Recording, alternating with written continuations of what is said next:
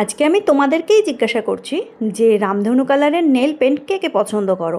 আজ সকাল সকাল ঘুম থেকে উঠেই আমি কিন্তু স্যালনে চলে এসেছি, কারণ এই ক্লায়েন্টকে আমি কালকে ফিরিয়ে দিয়েছিলাম। তার নেল এক্সটেনশন করানোর কথা ছিল, কিন্তু আমি টাইম পাইনি, তো অ্যাপয়েন্টমেন্ট নিয়ে গেছিলো সে, সেই কারণে সে কিন্তু আজ সকাল সকাল আমার স্যালনে চলে এসছে। নমস্কার বন্ধুরা, রূপটান হেয়ার অ্যান্ড বিউটির মিনি ব্লগে তোমাদের সকলকে স্বাগত।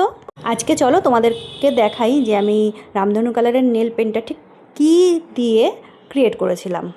প্রথমেই আমি নেলের শেপ দিয়েছি এবং তারপর কিন্তু নেলে আমি একটা নিউড কালারের পলিশ পরিয়ে নিয়েছি।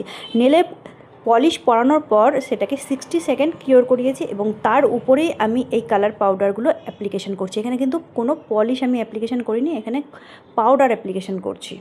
রং বেরঙের বিভিন্ন কালারের পাউডার আমি এক একটা আঙুলে এখানে অ্যাপ্লিকেশন করে নিয়েছি। প্রথমে নেলের টপ এরিয়াগুলোতে কিন্তু আমি বিভিন্ন রঙের পাউডার দিয়ে কালার করে নিয়েছি এবং সেই কালারের সাথে ম্যাচিং করে করে কিউটিকলের গোড়া দিয়ে আমি ফুল এবং কিছু স্টোন অ্যাপ্লিকেশন করেছি। সবাই অবশ্যই জানিও যে আজকের নেল এক্সটেনশনটা তোমাদের ঠিক কেমন লাগলো। এই নেল এক্সটেনশনের কাজটা শেষ করবার পর কিন্তু আমার একটা হেয়ার স্টাইলের কাজ ছিল, যেখানে কিনা আমি প্রথমেই হেয়ারটাকে ভালোভাবে ক্রিম্পিং করে নিচ্ছিলাম।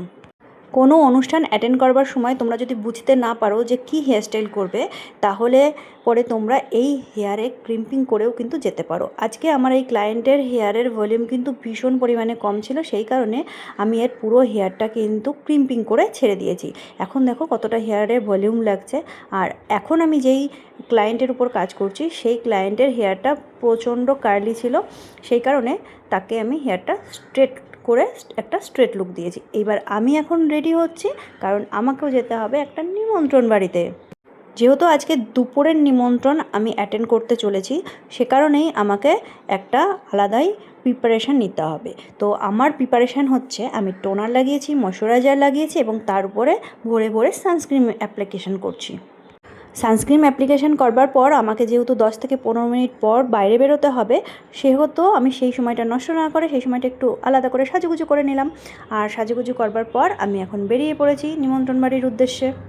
আজকে আমরা কোথায় এসেছি জানো? আজকে আমরা এসেছি এই বার্থডে বয়ের বার্থডের অনুষ্ঠানে। আজকে আমাদের এই ব্যাচের ফার্স্ট ছাত্রী। তোমার নাম কি? রিয়া দাস। রিয়া দাস। আর ইনি এসছেন এখানে কানপুরাতে। তোমার নাম কি? অনুষ্কা। ওর নাম অনুষ্কা শর্মা। আর একজন মাসাজ করছে। আর এখন আমি কাজ করি, আগে কান ফুটানো দেখাই। কমপ্লিট। একটু দেখাও, একটু দেখাও, ওই পাশ দেখাও। ব্যথা করছে? ভয় লাগছে? টাটা করো।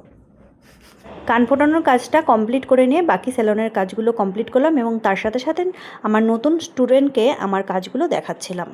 যদিও আমি তোমাদের সাথে মিনি ব্লগ শেয়ার করছি, তবে কিন্তু স্যালনের সমস্ত কাজ আমরা তোমাদের সাথে শেয়ার করতে পারি না। তো সকলে ভালো থেকো, নেক্সট ভিডিওতে দেখা হবে।